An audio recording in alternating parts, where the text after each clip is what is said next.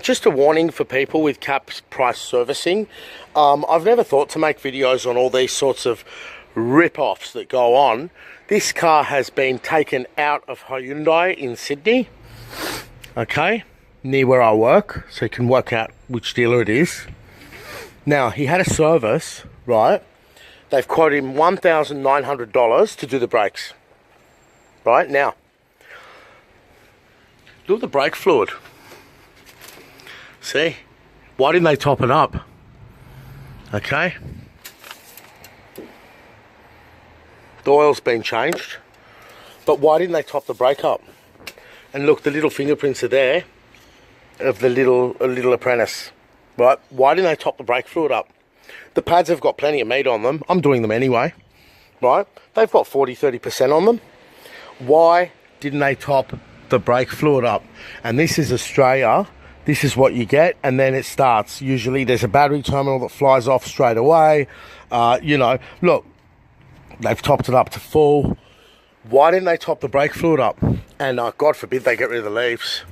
So yeah, if you want cap price servicing, get ready to throw your car away as well after 5 years, because I'll tell you now, what I see with cap price servicing is vandalism.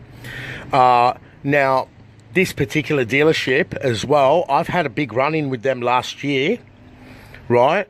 We did an iLoad brakes. Now, the earlier iLoads have a sinking brake pedal that suddenly just sinks. There's the, I don't know what the problem is. On the Mazda 3, it's an ABS pump. So I'm not saying it's the Master, but they went and said that we threw brake fluid all over the discs. I mean, this guy down there, right, this foreman, who's just an animal, okay, he's now left there. He said that to me. Now, that was one of my family members' iLoads. They bring 7 cars here. 4 of them are Lexuses. This is my dad's sort of distant relative. I have no choice but to look after them. But not only that, I really respect them and appreciate that they bring me all their Lexus cars. And am I going to throw brake fluid on the disc? Even the fact that I used genuine pads, that was enough for them, right? So they basically said that we threw brake fluid on the disc and that we left air in the system. So I said to him, oh yeah. I go, and he hung up on me in the end because he's not as smart as me, is he? So now when you say to someone you left air in the system, how do you know there's air in the system? By evacuating it and bleeding it. So I said, hang on, right?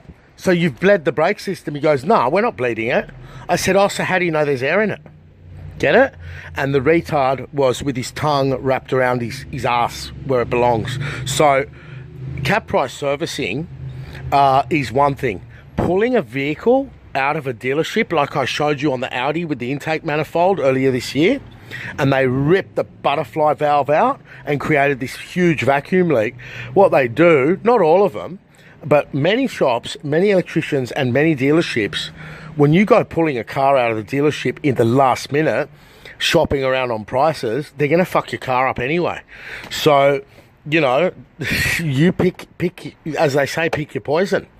Okay, fixed cap price servicing's great, but when they call you on a Hyundai iLoad and try and charge you more than a Mercedes-Benz E-Class for brakes, okay, when there's actually plenty of meat left on them, plenty of meat. This car's got another 20,000 Ks on the meat. All it does is carry bread rolls all day, right?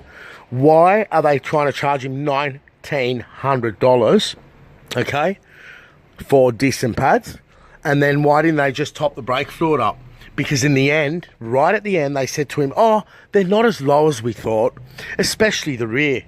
So they're not as low as we thought, especially the rear, and they want to change the discs as well. It's not a Mercedes-Benz Vito. You don't go changing discs on Hyundai every bloody brake change. So, oh, here we go. Have a look at this. That's good, isn't it? Hyundai service. The last